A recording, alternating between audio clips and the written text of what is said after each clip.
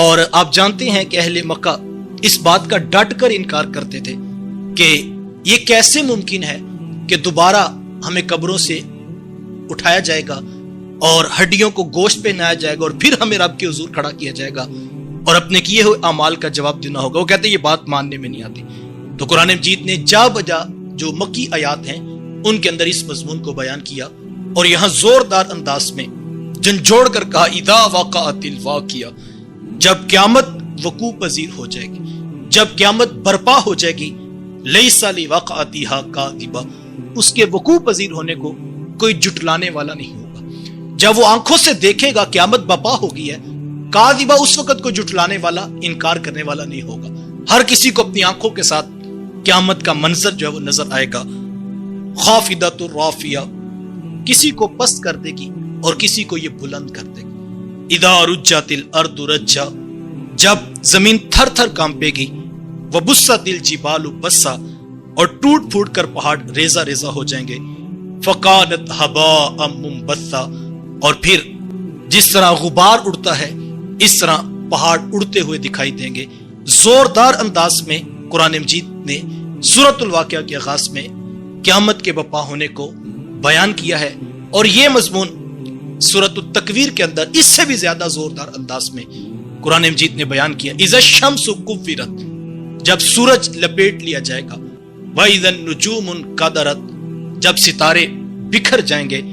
واذا الجبال سیرت، اور جب پہاڑ ریزہ ریزہ کر دیے جائیں گے.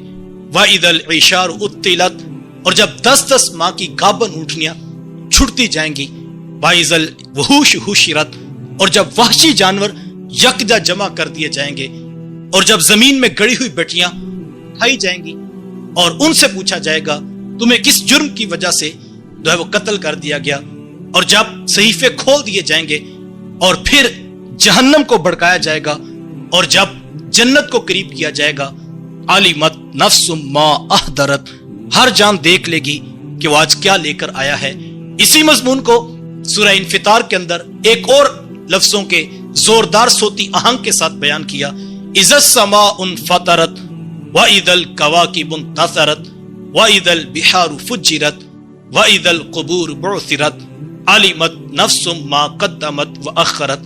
کہا کہ جب آسمان پھٹ جائے گا، جب پہاڑ بکھر جائیں گے، جس وقت زمین لپیٹ دی جائے گی، اس وقت علمت نفس ما قدمت واخرت، ہر جان یہ دیکھ لے گی کہ اس نے پیچھے کیا چھوڑا ہے اور وہ آگے کیا لے کر آیا.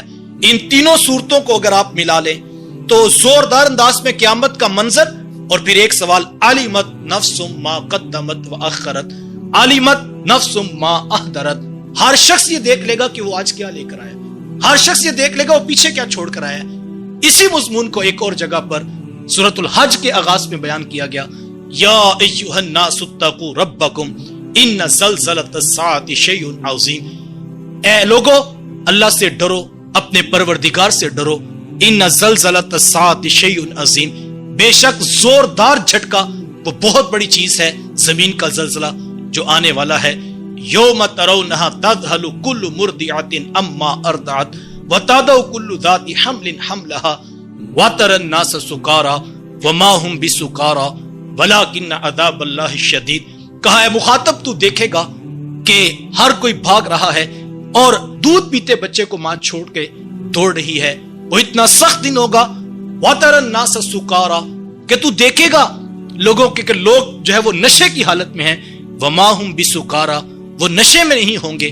وَلَكِنَّ عَذَابَ اللَّهِ شَدِيدٌ، لیکن اللہ کا شدید عذاب ہے جس نے ان کو گھیر رکھا ہوگا. سورۃ العبسہ میں اسی مضمون کو پھر بیان کیا. یوم یفر المرء من اخیہ وامہ وابیہ وصاحبتہ وبنیہ، وہ ایسا زوردار دن ہوگا، وہ اتنا سخت دن ہوگا کہ جس وقت باپ بیٹے سے اور بیٹا باپ سے بھاگ رہا ہوگا، ماں بیٹے سے اور بیٹا ماں سے بھاگ رہا ہوگا. الاخلاء یومئذ بعضهم لبعض عدو، اس دن گوڑے دوست ایک دوسرے کے دشمن بن جائیں گے. اور وہ بڑا سخت دن ہوگا جب زمین کو ایک جھٹکا دیا جائے گا. اذا زلزلت الارض زلزالها واخرجت الارض اثقالها وقال الانسان